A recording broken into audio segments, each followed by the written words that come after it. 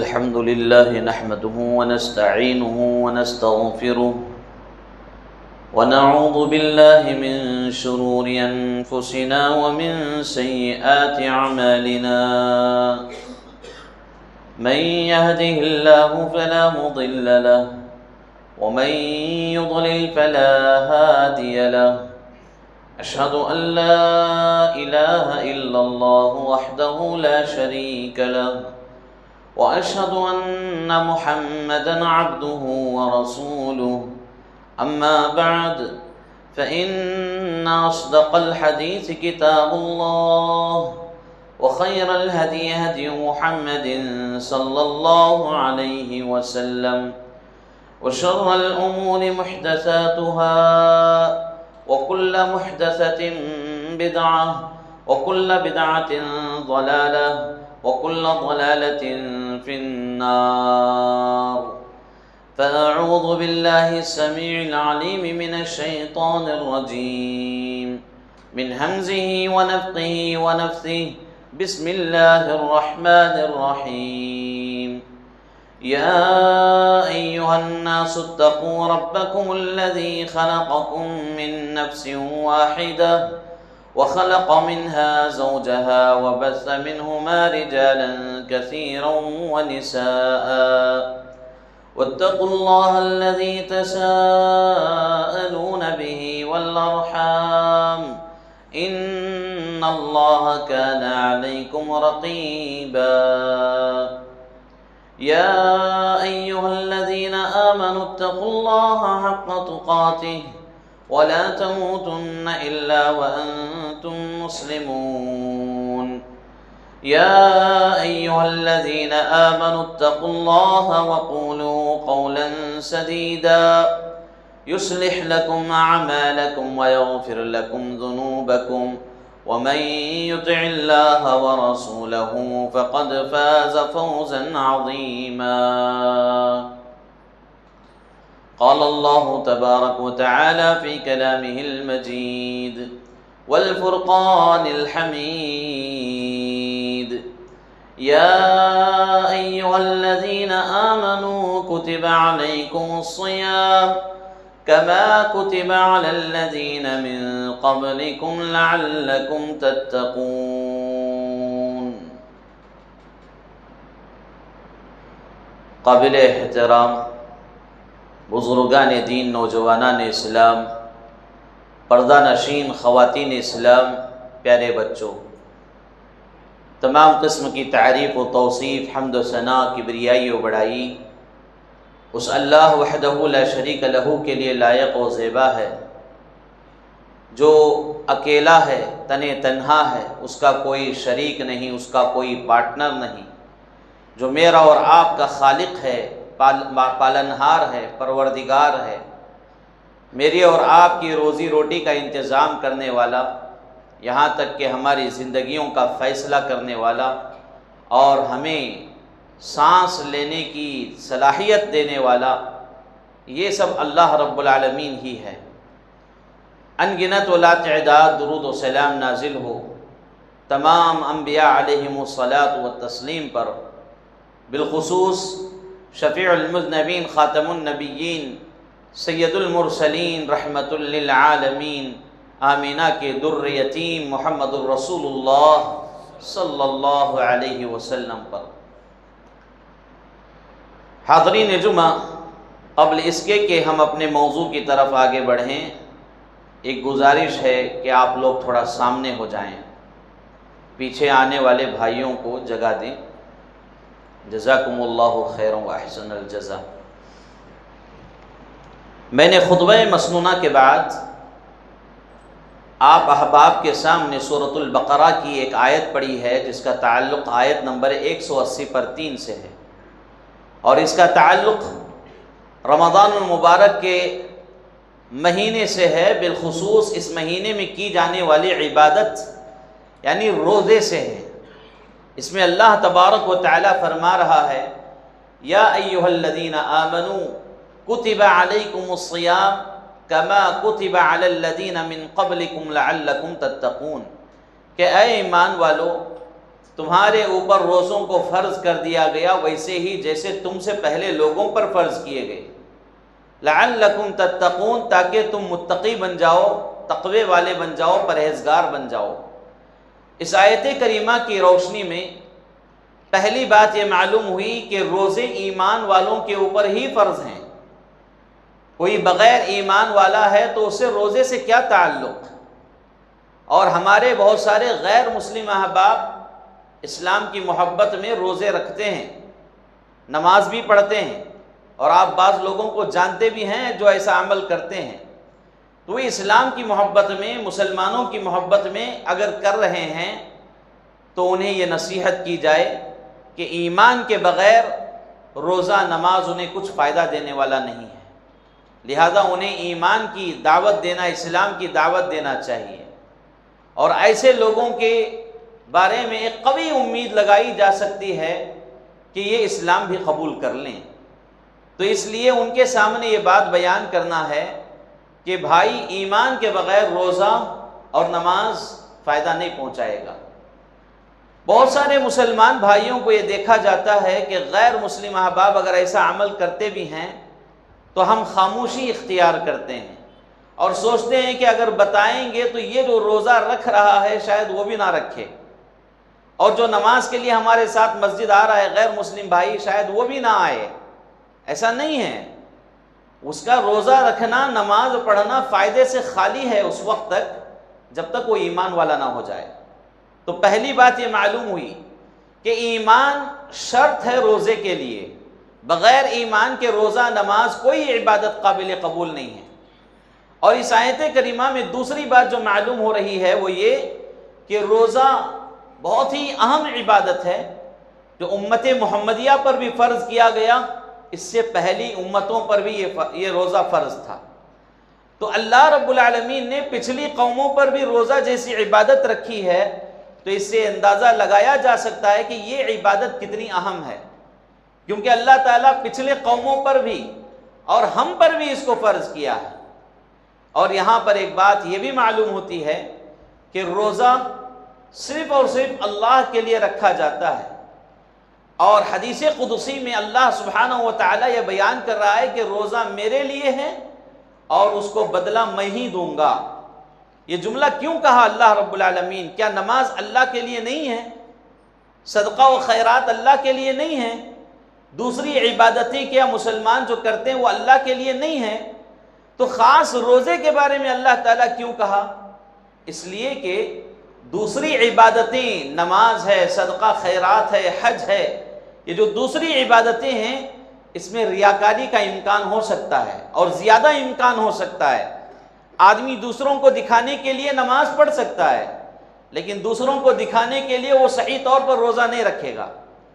اگر لوگوں کو دکھانے کے لیے روزہ رکھ بھی رہا ہے تو وہ جب انفرادی حالت میں ہوتا ہے، اکیلے میں ہوتا ہے، تو وہ کچھ کھا بھی لیتا ہے، لیکن روزے دار ایسا نہیں کرتا۔ جو صحیح معنوں میں روزہ رکھتا ہے وہ اکیلا بھی کیوں نہ ہو، گھر میں اکیلا رہنے والا، دکان میں اکیلا بیٹھنے والا، اس کے حرکات و سکنات پر کسی دوسرے کی نظر نہیں ہے سوائے اللہ رب العالمین کے، تو ایسے وقت میں چاہے تو وہ کچھ کھا پی سکتا ہے، لیکن اللہ کی رضا کی خاطر، اللہ کی خوشنودی کے لیے وہ اکیلے میں بھی اللہ کا تقوی اختیار کرتا ہے اور روزے کو قابو میں رکھتا ہے، اپنے نفس کو قابو میں رکھتا ہے روزے کے لیے۔ تو اس لیے اللہ رب العالمین کہہ رہا ہے کہ یہ جو عبادت ہے روزہ، اکیلے میں بھی بندہ اس کا خیال کرتا ہے، اس لیے اس کا اجر میں ہی دینے والا ہوں۔ تو معلوم ہوا کہ روزے کی بڑی اہمیت ہے۔ اور اس آیت کریمہ سے ایک بات یہ بھی معلوم ہوئی کہ جو لوگ روزہ رکھتے ہیں ان کے تقوی میں اضافہ ہوتا ہے، ان کے ایمان میں اضافہ ہوتا ہے، وہ متقی، پرہیزگار بن جاتے ہیں، صالحین میں سے بن جاتے ہیں۔ اللہ رب العالمین نے یہ بات اس لیے بیان کی کہ یہ جو تقوی والے ہیں صرف رمضان کے لیے نہیں، یہ جو متقی بننا ہے صرف رمضان کے لیے نہیں، بلکہ سال کے 11 مہینے اور رمضان پورا 12 مہینے کا متقی آدمی بنتا ہے روزے کی حقیقت کو اگر جان لے، سمجھ لے۔ تو ہم روزہ رکھتے ہیں لیکن ماہ رمضان جیسے ہی ختم ہوتا ہے ہمارے اندر تقوی میں کمی آ جاتی ہے۔ مطلب یہ ہے کہ جس طرح روزہ رکھنا ہے اس طرح ہم روزہ نہیں رکھتے ہیں، اب آئیے روزہ کس طرح رکھنا ہے اور اپنے اندر تقوی کا اضافہ کیسے کرنا ہے اور رمضان کے بعد بھی تقوی کی حفاظت کیسی ہونی ہے، اس سلسلے میں ہم پیارے نبی صلی اللہ علیہ وسلم کی طرف رجوع کریں گے۔ اللہ کے نبی صلی اللہ علیہ وسلم کا ہر عمل احادیث صحیحہ میں موجود ہے۔ انہی احادیث صحیحہ کے ذریعے ہم دیکھیں گے کہ پیارے نبی صلی اللہ علیہ وسلم کا رمضان کیسے گزرتا اور آج ہمارا رمضان کیسے گزر رہا ہے۔ جبکہ اللہ کے نبی صلی اللہ علیہ وسلم بھی روزہ رکھتے تھے اور ہم بھی روزہ رکھ رہے ہیں، لیکن رمضان ختم ہونے کے بعد وہ روزے کا اثر ہمارے اوپر نہیں ہوتا۔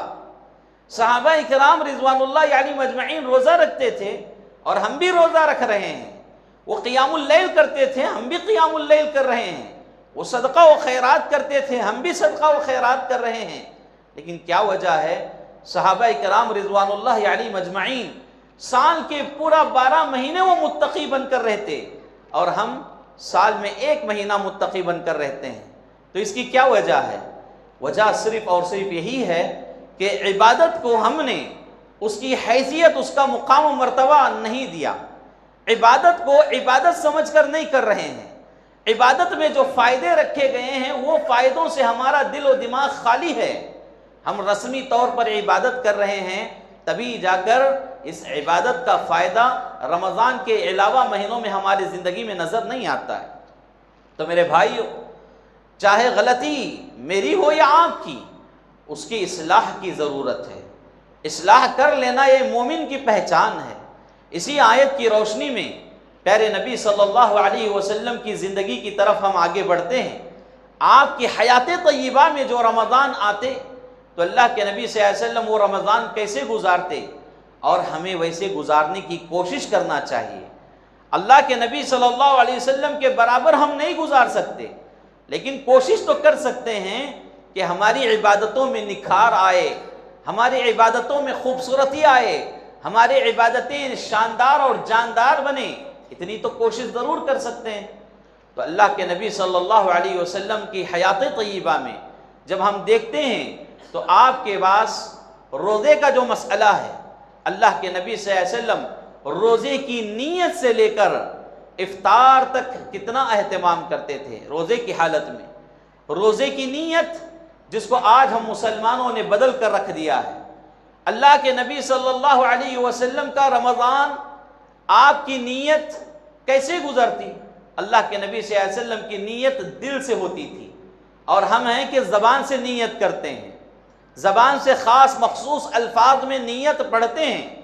یہ نہ صحابہ سے ثابت ہے، نہ رسول اللہ صلی اللہ علیہ وسلم سے ثابت ہے، اور نہ ہی تابعین تبع تابعین سے، نہ اسلاف امت سے۔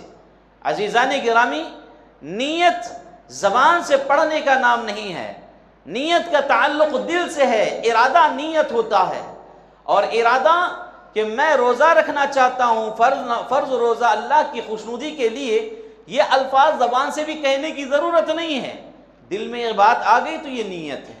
اور اللہ کے نبی صلی اللہ علیہ وسلم نے یہی بات بیان فرمائی، یہی بات سمجھائی ہر عبادت کی بنیاد رکھتے ہوئے، انما الاعمال بالنیات وانما لکل امرئ ما نوى، کہ اعمال کا دار و مدار نیتوں پر ہے، اور اس کے لیے وہی ہے جس نے جو ارادہ کیا ہے، ارادے کے مطابق اسے اجر دیا جائے گا، ارادے کے مطابق اس کی عبادت قبول کی جائے گی۔ اللہ کے نبی صلی اللہ علیہ وسلم کے روزے کی نیت دل سے ہوا کرتی تھی، زبان سے نہیں۔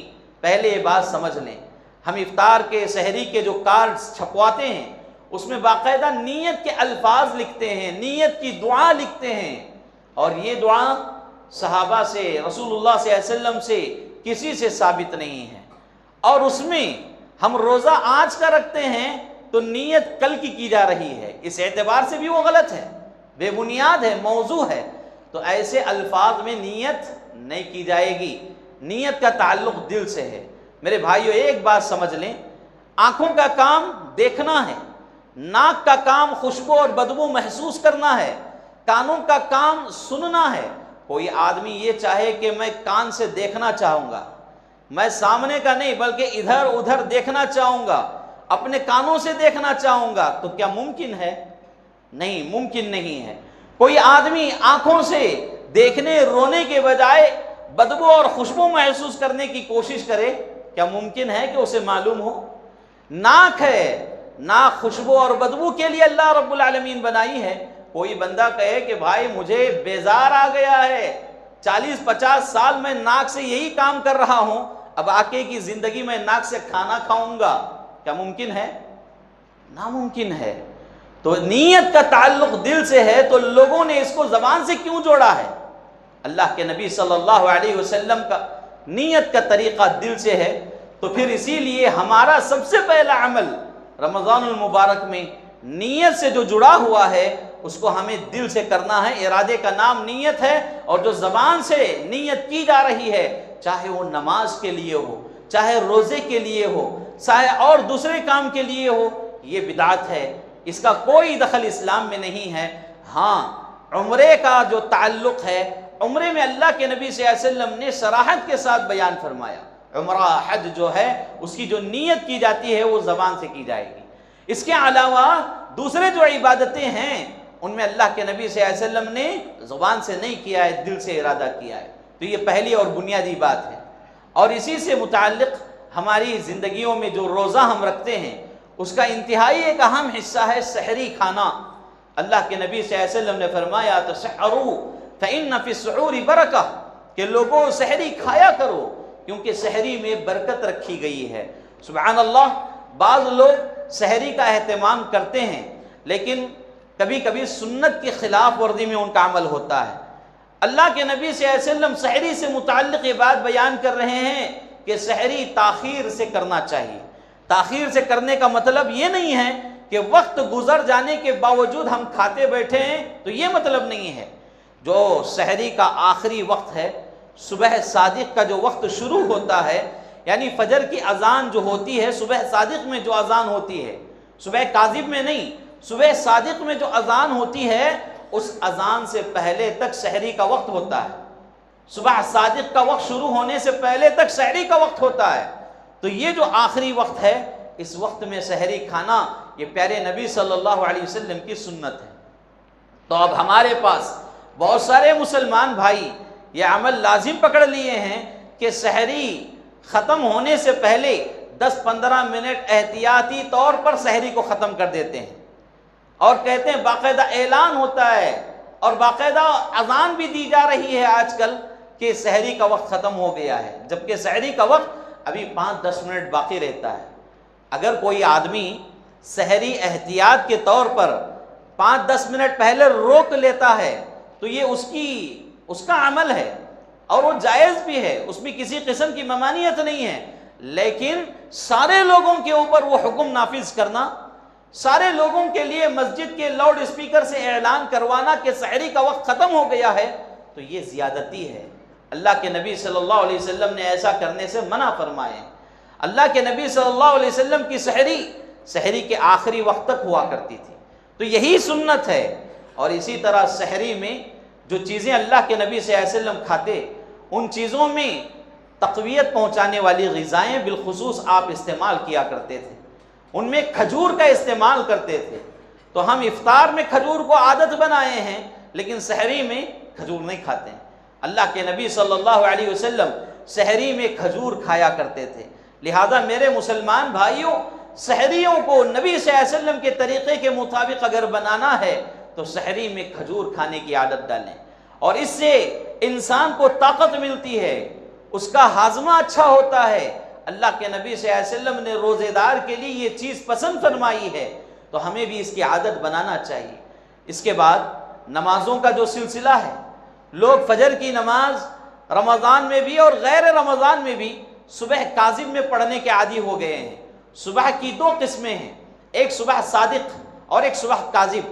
صبح صادق یعنی ابھی تاریکی باقی رہتی ہے، انسان کا چہرہ ایک دوسرے کو ابھی صاف طور پر نظر نہیں آتا ہے، اسی وقت میں اللہ کے نبی صلی اللہ علیہ وسلم کے عہد مبارک میں فجر کی نماز ہوا کرتی تھی، کیونکہ یہ افضل وقت ہے۔ نماز کا وقت لگ گیا تو اللہ کے نبی صلی اللہ علیہ وسلم اس کا اہتمام کیے، یہ افضل وقت ہے۔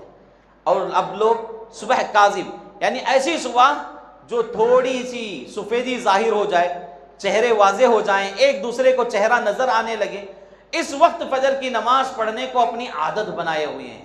عادت نہیں بنانا چاہیے. کبھی اتفاق سے آنکھ تاخیر سے کھل گئی، آپ بیدار دیر سے ہو رہے ہیں، ایسے وقت میں جائز ہے، لیکن جان بوجھ کر اس کو عمل بنانا یہ نبی صلی اللہ علیہ وسلم کی سنت کی خلاف ورزی ہے، اور ایسا نہیں کرنا چاہیے. اگر بندہ صبح صادق ہی اٹھ گیا ہے، صبح کاذب نماز کے انتظار میں کھڑا ہے، اور اس سے پہلے اس کا انتقال ہو گیا، تو اللہ تبارک و تعالیٰ اس سے سوال کرے گا کہ تیری زندگی میں فجر کی نماز کا وقت شروع ہو چکا تھا، تو نے فرض نماز نہیں پڑھی. تو پھر میرے بھائیوں، صبح کاذب میں جو عادت بنائی گئی ہے، یہ عادت نبی صلی اللہ علیہ وسلم کی نہیں، نبی صلی اللہ علیہ وسلم کی سنت کے خلاف ورزی ہے. تو اس سے اجتناب کرنا چاہیے. صحیح مسلم میں ایک حدیث یہاں تک بیان کی گئی کہ اگر آپ کا امام، آپ کا حاکم، آپ کا بادشاہ، آپ کا امیر نماز جو فرض ہے وہ وقت مقررہ پر نہیں بلکہ تاخیر سے پڑھانے کا عادی ہے، تو آپ کو اس سے پہلے نماز پڑھ لینا چاہیے. پھر جب وہ امیر آ کر، حاکم آ کر نماز پڑھائے تو اس کے ساتھ بھی نماز پڑھ لے، فتنہ برپا نہ کرے. اس کے ساتھ جو نماز پڑھی جائے گی وہ تمہارے حق میں نفل ہوگی، اور اس سے پہلے جو آپ نے اکیلے نماز پڑھی ہے وہ تمہارے حق میں فرض ہوگی. اللہ کے نبی صلی اللہ علیہ وسلم نے یہ صراحت کے ساتھ بیان کیے ہیں. اب ہمارا معاملہ فجر کی نماز کا لے لیں، ظہر کی نماز کا لے لیں، عصر کی نماز کا لے لیں، ہم تاخیر کر کے نماز پڑھتے ہیں. وہ بھی کتنا تاخیر کر رہے ہیں، سبحان اللہ، وقت کے بالکل آخری وقت میں نماز پڑھتے ہیں. تو یہ نبی صلی اللہ علیہ وسلم کی سنت کی خلاف ورزی ہے. اس سے اجتناب کرنے کی ضرورت ہے. میرے بھائیوں، نمازوں کی پابندی رمضان میں بھی ہونی چاہیے، غیر رمضان میں بھی ہونا چاہیے. اللہ کے نبی صلی اللہ علیہ وسلم غیر رمضان میں تو نماز کے پابند تھے ہی، آپ کی زندگی میں کوئی نماز چھوٹی نہیں ہے آپ سے. تو اللہ کے نبی صلی اللہ علیہ وسلم رمضان کا مہینہ جب پاتے تو نمازوں میں اور جوش دکھاتے. وقت سے پہلے آپ مسجد پہنچ جاتے، وقت سے پہلے صحابہ کے درمیان آپ آ جاتے. یہ رمضان المبارک کی برکات میں سے اللہ کے نبی صلی اللہ علیہ وسلم نے اس کو ثابت کیا، بیان کیا ہے. تو میرے بھائیوں، یہاں قابل غور بات یہ ہے کہ ہمارے تقوی کی کمی کی بہت بڑی وجہ نمازوں سے غفلت ہے. رمضان المبارک کے مہینے میں ہم نماز کے عادی بن جاتے ہیں، جیسے ہی رمضان ختم ہماری مسجدیں ویران ہو جاتی ہیں، نمازوں کی طرف ہم آگے نہیں بڑھتے. یہی وجہ ہے کہ لعلکم تتقون کے مصداق ہم نہیں ہو پا رہے ہیں، کہ متقی پرہیزگار ہم بن نہیں پا رہے ہیں. تو اس کی اصلاح کی ضرورت ہے. اسی طرح اللہ کے نبی صلی اللہ علیہ وسلم کے رمضان میں ایک چیز ہے افطار، جو روزہ ختم ہونے کے وقت میں ہم کرتے ہیں. افطاری کس کو کہا جاتا ہے؟ افطاری کے کئی معنی بیان کیے گئے ہیں. مناسب اور آسان اس کا معنی یہ ہے کہ شریعت کی جانب سے روزے کے لیے جو وقت متعین کیا گیا ہے اس کے ختم ہونے پر، سورج غروب ہونے کے یقین ہونے پر افطار جو کر لیا جاتا ہے، یعنی روزہ جو چھوڑ دیا جاتا ہے، اس کو افطار کہتے ہیں. تو میرے بھائیوں، افطاری سے متعلق انتہائی ایک اہم بات پیارے نبی صلی اللہ علیہ وسلم کی زندگی سے آپ کے سامنے بیان کرنا ہے، اور وہ ہے اللہ کے نبی صلی اللہ علیہ وسلم افطار میں جلدی کیا کرتے تھے، اور امت کے لوگوں کو حکم دیا کہ لوگوں افطاری جلدی کیا کرو. مطلب یہ ہے کہ جلدی کرنے کا مطلب سورج غروب ہونے کے بعد فوراً افطار کر لی جائے، سورج غروب ہونے سے پہلے نہیں. جلدی کا مطلب یہ نہیں کہ سورج غروب ہونے سے پہلے ہی ہم افطار کر لیں، یہ مطلب نہیں ہے. سورج غروب جیسے ہی ہو گیا افطار کر لینا چاہیے. لیکن مسلمانوں کے درمیان یہ عمل دیکھا جاتا ہے کہ ہم دن بھر روزہ تو رکھ چکے ہیں، احتیاط کے طور پر تسلی کے لیے اور زیادہ اجر و ثواب پانے کے لیے 1-2 منٹ انتظار کر لیا جائے، 3 منٹ تاخیر کر لی جائے، یا پھر کم از کم 1 منٹ کا اضافہ کر لیا جائے. ایسا ہو رہا ہے جس کی وجہ سے لوگ نبی صلی اللہ علیہ وسلم کی سنت سے ہٹے ہوئے ہیں. اللہ کے نبی صلی اللہ علیہ وسلم کی سنت کیا ہے؟ صحیح بخاری کی روایت ہے، اللہ کے نبی صلی اللہ علیہ وسلم نے فرمایا لا یزال الناس بخیر ما عجل الفطر، کہ لوگ، میری امت کے لوگ اس وقت تک خیر و بھلائی میں رہیں گے جب تک وہ افطار میں جلدی کرتے رہیں گے. کتنا واضح فرمان ہے. لیکن اب ہم مسلمانوں کا عمل کیا ہو گیا؟ جو سنت کے مطابق حدیث کی روشنی میں بالخصوص اس حدیث پر عمل کرتے ہوئے سورج غروب ہوتے ہی جو افطار کرتے ہیں، ہم فتویٰ صادر کر رہے ہیں کہ ان کا روزہ ہوا ہی نہیں ہے، نعوذ باللہ۔ اللہ کے نبی صلی اللہ علیہ وسلم سورج غروب ہونے کے فوراً بعد افطار کر لیتے، تو کیا یہ آپ کا فتویٰ نبی صلی اللہ علیہ وسلم پر نہیں پہنچے گا؟ کتنی بڑی بات ہے۔ تو اللہ کے نبی صلی اللہ علیہ وسلم کے عمل پر فالو کرتے ہوئے، آپ کی سنت کو زندہ کرتے ہوئے جو لوگ عمل کرتے ہیں، ان کے خلاف میں فتویٰ جاری ہوتا ہے کہ ان کا روزہ ہی ہوا نہیں، نعوذ باللہ۔ کہیں تو جہاں پر شرارت پسندوں کی میجورٹی ہو، ان کی تعداد زیادہ ہو، تو ایسے سنت کے پیکر لوگوں کی مسجدوں پر حملہ ہوتا ہے۔ ابھی اسی سال کا واقعہ کہ ایک مسجد پر اپنے ہی مسلمان بھائی حملہ کر دیے۔ وجہ کیا تھی؟ وجہ یہی تھی کہ یہ لوگ سنت کے مطابق افطار کیے تھے، سنت کے مطابق وقت پر انہوں نے افطاری کی، اور یہ بات انہیں پسند نہیں آئی جو 2-3 منٹ احتیاط کے طور پر زیادہ کرنے والے تھے، اور وہ لوگ مسجد کے اوپر حملہ کیے۔ میرے بھائیوں، ہم کدھر جا رہے ہیں؟ اللہ کے نبی صلی اللہ علیہ وسلم ہمیں اتحاد و اتفاق کی تعلیمات سے روشناس کیا ہے، ملنساری سے زندگی گزارنے کا حکم دیا ہے، اور ہم ہیں کہ ایسے واضح فرامین کے باوجود اندھی تقلید میں پڑھ کر اپنی بات منوانے کے لیے مسجدوں پر حملہ کر رہے ہیں۔ غیر تو غیر ہیں، ان کا ہم کیا کہیں، اپنے بھی مسجد پر حملہ کر رہے ہیں، تو کتنی شرم کی بات ہے۔ تو اس طرح کی نفرتیں، عصبیت، دشمنی اپنے دلوں سے ختم کریں، اور وہ ختم اسی وقت ہوتی ہے جب اللہ کے نبی صلی اللہ علیہ وسلم کی زندگی کا رمضان صحیح معنوں میں جانیں گے، پہچانیں گے اور اس پر عمل کریں گے۔ تو اللہ کے نبی صلی اللہ علیہ وسلم کی زندگی میں آپ افطار جلدی کیا کرتے تھے۔ یقین مانیے آپ کا جذبہ اچھا ہے، آپ کا ارادہ اچھا ہے کہ 2-3 منٹ اگر ہم اضافہ کر لیں گے تو اس کا بھی ثواب ملے گا، ارادہ اچھا ہے، لیکن یہ طریقہ میرے نبی صلی اللہ علیہ وسلم کا نہیں ہے، اس لیے اس پر اجر و ثواب نہیں ملے گا۔ اللہ کے نبی صلی اللہ علیہ وسلم نے فرمایا کہ جس بات کا حکم ہم نے نہیں دیا ہے، اگر بندہ وہ عمل کرتا ہے تو وہ عمل مردود ہے۔ مردود کا کیا مطلب؟ اس پر اجر و ثواب ملے گا؟ نہیں میرے بھائیوں۔ تو لہذا اللہ کے نبی صلی اللہ علیہ وسلم کے طریقے کے مطابق نیت کی جائے، آپ کے طریقے کے مطابق سحری کھائی جائے، آپ کے طریقے کے مطابق نمازوں کو اول وقت میں ادا کیا جائے، اور آپ صلی اللہ علیہ وسلم کے طریقے کے مطابق افطار کی جائے۔ اور افطار میں کئی بدعاتوں کو ہم نے آج ایجاد کر رکھا ہے۔ ان میں سے ایک بدعت اجتماعی دعا کا ہے۔ اجتماعی دعا کو لوگ اتنا عام کیے ہوئے ہیں، بعض لوگ یہ تصور کرنے لگے ہیں کہ اس دعا میں اگر شامل ہوئے بغیر افطار کریں گے تو ہمارا روزہ ہی مکمل نہیں ہوگا، ہمارا روزہ ناقص ہو جائے گا، جبکہ اس طرح کا عمل صحابہ کرام، تابعین، تبع تابعین، اسلاف امت سے کسی سے ثابت نہیں ہے۔ کہ بعض مسجدوں میں دیکھا جاتا ہے اجتماعی ذکر کی محفلیں ہوتی ہیں، کھجور کی گٹھلیاں، املے کی چنچے، اس طرح کی چیزیں مجلس میں لا کر ڈال دیے جاتے ہیں، اور وہاں پر ذکر و اذکار شروع ہوتا ہے۔ یہ طریقہ ہمارے صحابہ کا نہیں رہا، سلف صالحین کا نہیں رہا۔ اور افطار کے وقت بعض مساجد میں دیکھا جاتا ہے چھوٹے ننھے منھے بچوں کو بٹھا لیتے ہیں، بزرگوں کو بٹھا لیتے ہیں، مسجد کے امام انہیں دعائیں پڑھاتے رہتے ہیں، اور یہ امام دل سے دعا نہیں پڑھاتے ہیں۔ اللہ کی قسم ان کے اوپر ظلم کیا جاتا ہے، ان پر ظلم کیا جاتا ہے، ان کو اس کا پابند کیا جاتا ہے۔ پابندی بھی کس پر؟ بدعت پر، بدعت والے عمل پر انہیں ظلم کر کے عمل کروایا جاتا ہے۔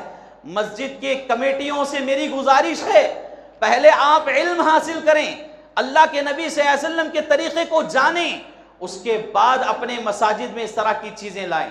اللہ کے نبی صلی اللہ علیہ وسلم سے ثابت نہیں، صحابہ سے ثابت نہیں، لیکن ہم ہیں کہ اس عمل کو دن بدن بڑھاتے جا رہے ہیں۔ اگر کوئی امام صاحب دعا کا اہتمام نہیں کریں گے تو پھر رمضان کے فوراً بعد ان کا بورا بستر لپیٹ دیا جاتا ہے۔ ہو رہا ہے کہ نہیں ہو رہا ہے؟ ہو رہا ہے کہ نہیں ہو رہا ہے میرے بھائی؟ یہی تو ہو رہا ہے۔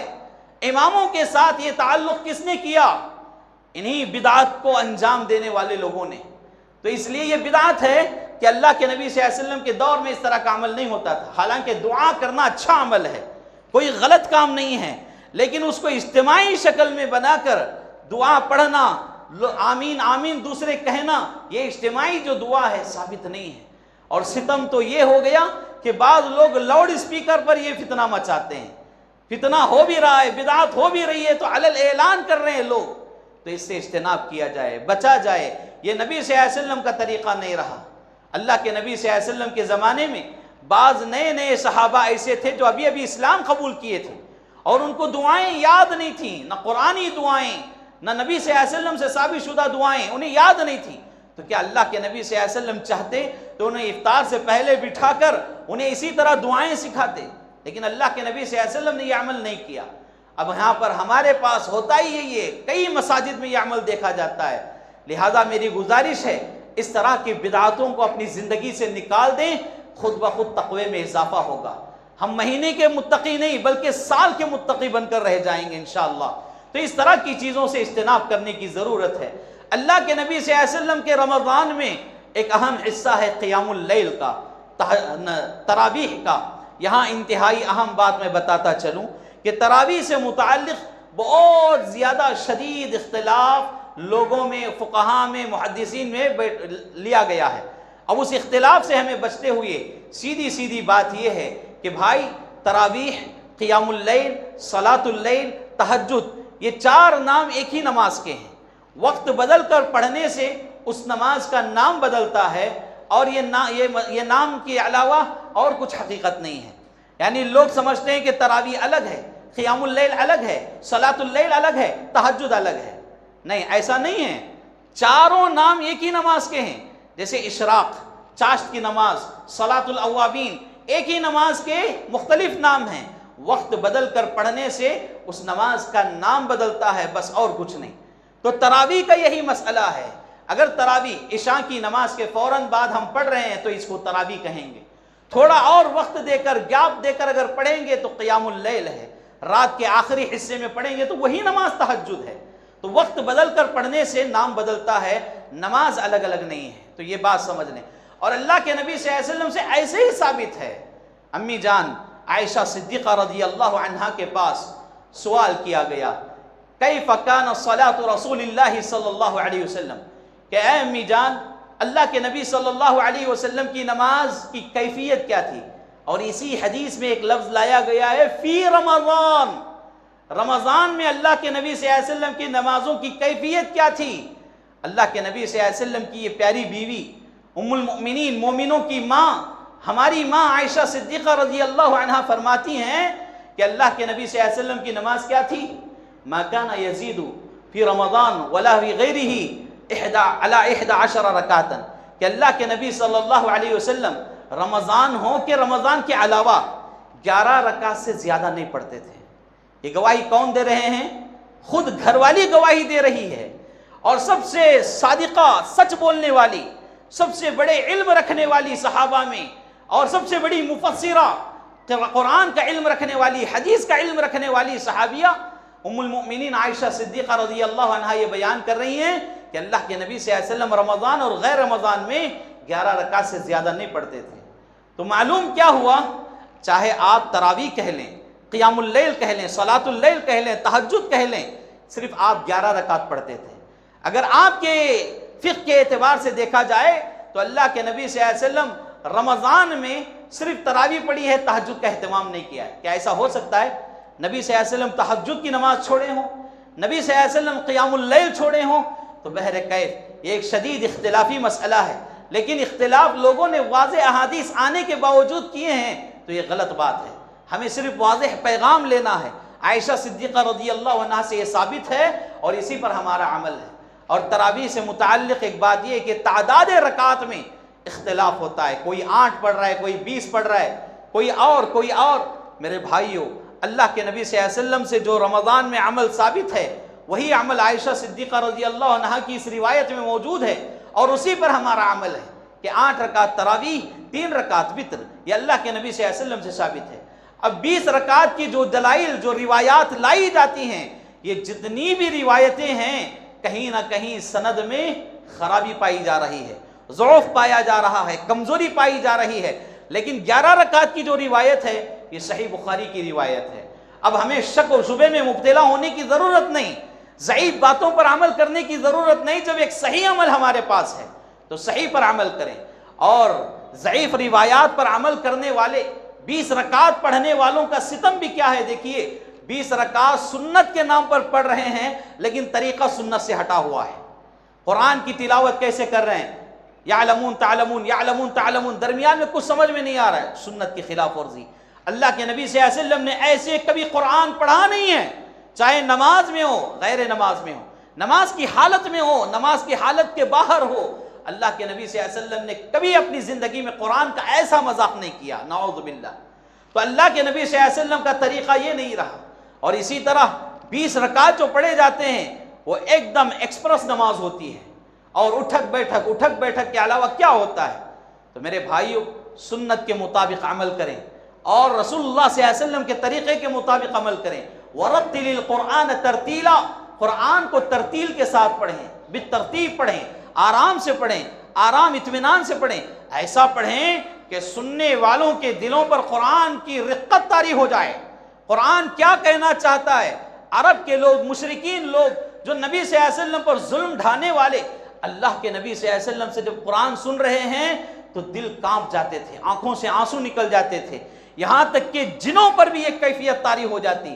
جنوں کی ایک جماعت اللہ کے نبی صلی اللہ علیہ وسلم ایک طرف سے گزر رہی تھی، وہاں پر فجر کی نماز کی آواز سنائی دی گئی، پیارے نبی صلی اللہ علیہ وسلم فجر کی نماز پڑھا رہے ہیں، جنوں کی جماعت رک گئی، اور یہ کلام اتنا مؤثر تھا، اللہ کے نبی صلی اللہ علیہ وسلم کے پڑھنے کا طریقہ اتنا نرالا تھا کہ ان کے دلوں پر رقت طاری ہو گئی، اور فوراً وہ جن اپنے خاندان قبیلے میں جا کر کہنے لگے کہ آج ہم نے ایک ایسا کلام سنا ہے، ایسا کلام سنا ہے جو کسی انسان کا نہیں ہو سکتا۔ پھر انہوں نے اسی کلام کی برکت سے، اسی سننے کی وجہ سے ان کے دل اتنے نرم ہو گئے کہ جنوں کی جماعت اسلام قبول کر لی۔ تو ایسا قرآن پڑھنا چاہیے، ایسا نہیں کہ قرآن سے نفرت ہو جائے مسلمانوں کو، قرآن سے عصبیت ہو جائے لوگوں کو، ایسا قرآن ہرگز نہیں پڑھنا چاہیے۔ بہرکیف تراویح کو نبی صلی اللہ علیہ وسلم کے طریقے کے مطابق پڑھیں، تبھی ہمارا تقوی مہینے کا نہیں بلکہ سال بھر کا ہوگا انشاءاللہ۔ تو یہ نبی صلی اللہ علیہ وسلم کا رمضان ہے، اور رمضان سے متعلق اللہ کے نبی صلی اللہ علیہ وسلم کے بنیادی کچھ کام ہیں جو ہم اس طریقے سے ہٹ کر دوسرا طریقہ اپنائیں۔ اسی لیے ہم کیا ہے، ہمارے تقوی کی گارنٹی نہیں دے پا رہے ہیں۔ صرف رمضان کے لیے ہمارا تقوی، رمضان کے لیے ہم متقی، لیکن بعد کے مہینوں میں ہمارا تقوی کو لکھوا لگ جاتا ہے۔ اگر ہمارا تقوی کی سلامتی چاہتے ہیں تو رمضان پیارے نبی صلی اللہ علیہ وسلم کی زندگی کے مطابق گزاریں۔ اللہ رب العالمین سے دعا ہے اللہ تعالیٰ مجھے اور آپ کو ان باتوں پر عمل کی توفیق عطا فرمائے۔ اللہ رب العالمین ہماری جو بھی نیک عبادتیں ہیں انہیں رسول اللہ صلی اللہ علیہ وسلم کے طریقے کے مطابق عمل کرنے کی ہمیں توفیق عطا فرمائے، اور اللہ تعالیٰ ہماری ان عبادتوں کو قبولیت کا شرف عطا فرمائے، اور ان عبادتوں کو ادا کرنے میں جو غلطیاں ہم سے ہو رہی ہیں اللہ معاف فرمائے، درگزر فرمائے۔ اللہ ہمیں اپنی اصلاح کرنے والا دل عطا فرمائے۔ اللہ تعالی ہمیں توحید کی دولت سے مالا مال فرمائے، شرک و بدعات سے اللہ ہماری حفاظت فرمائے، غلط رسم و رواج سے اللہ ہماری حفاظت فرمائے۔ ہم میں جو بیمار ہیں اللہ انہیں صحت و عافیت عطا فرمائے، تندرستی عطا فرمائے۔ بیماری کے باوجود جو لوگ روزے کا اہتمام کر رہے ہیں اللہ روزے کی برکت سے انہیں مکمل شفایابی نصیب فرمائے۔ خواتین کافی مسائل کے باوجود رمضان کا اہتمام کرتی ہیں، اللہ تعالیٰ ان کو بھی بھرپور اجر و ثواب عطا فرمائے، اللہ ان کے مسائل کو حل فرمائے۔ اللہ رب العالمین ہر پریشان زدہ انسان کو خوشحال زندگی عطا فرمائے، اطمینان والی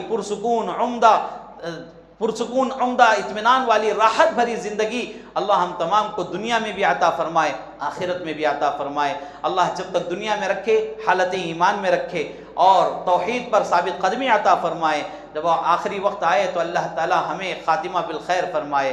آمین۔ والسلام علیکم ورحمۃ اللہ وبرکاتہ۔